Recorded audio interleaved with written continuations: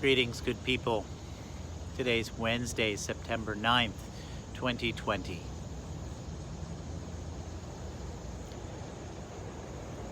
School's begun, and we're back to fall routine. Or are we? What kind of routine is it?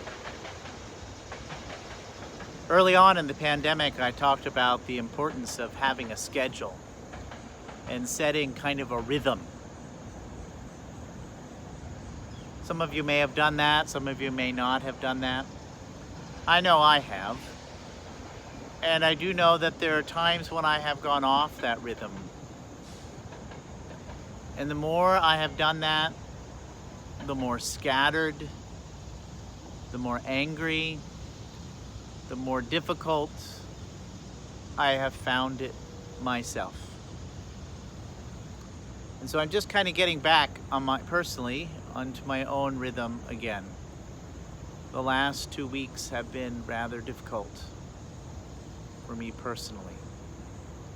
One of the pieces of rhythm that were off kilter that I noticed was my not getting connected with nature, my not getting connected with God's creation.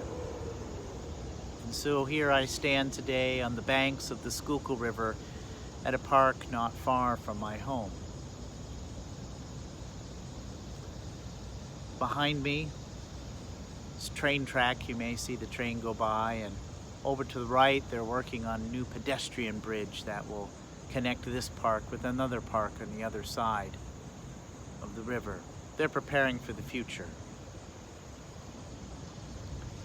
One of the things that's important about creation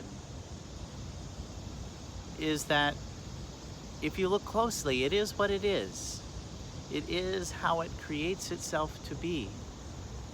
Now, it may have various parts that have been impacted by us, but it gives us an opportunity and a laboratory to practice peace, to practice observation, to seeing what is there, the beauty even in the weeds, the beauty in just in its natural state, even if it's not particularly kempt in some way. One of the other things I notice too about nature is that it gives me an opportunity to, when the bugs come, they're here. It's their space. And so I can get annoyed or irritated, but it's just me getting annoyed and irritated, really. And so it gives me an opportunity to put things in perspective. Where do we have peace? From where does peace come? Peace, in the scriptural sense, shalom, means wholeness. Can we embrace things in their entirety, in their wholeness, as they are? We not always have to work about fixing it. What is fix it anyway? So what did creation teach you about being at peace and looking at beauty? So I invite you first, your practice this week is to get out into nature. I'm reading this great little book called There's No Such Thing as Bad Weather. So even if it rains this week, even if it snows, God forbid, this week, go out amongst the trees and amongst the plants and the flowers and the water and take it in. Look closely. Notice your reactions and what reactions are helpful and what ones aren't. What sounds do you hear? Allow yourself to be bathed in nature.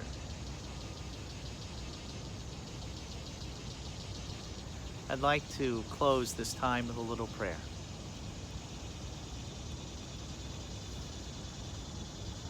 For the first showings of the morning light and the emerging outline of the day, thanks be to you, O God. For earth's colors drawn forth by the sun, its brilliance piercing clouds of darkness, and shimmering through leaves and flowing waters, thanks be to you. Show to me this day, amid life's dark streaks of wrong and suffering, the light that endures in every person. Dispel the confusions that cling close to my soul, that I may see eyes washed with your grace, that I may see myself and all people with eyes cleansed by the freshness of the new day's light. And so, sun behind all suns, and soul within all souls, grant me the grace of the dawn's glory. Grant me the strength of the sun's rays, that I may be well in my own soul and part of the world's healing this day. That I may be well in my own soul and part of the world's healing this day. Amen.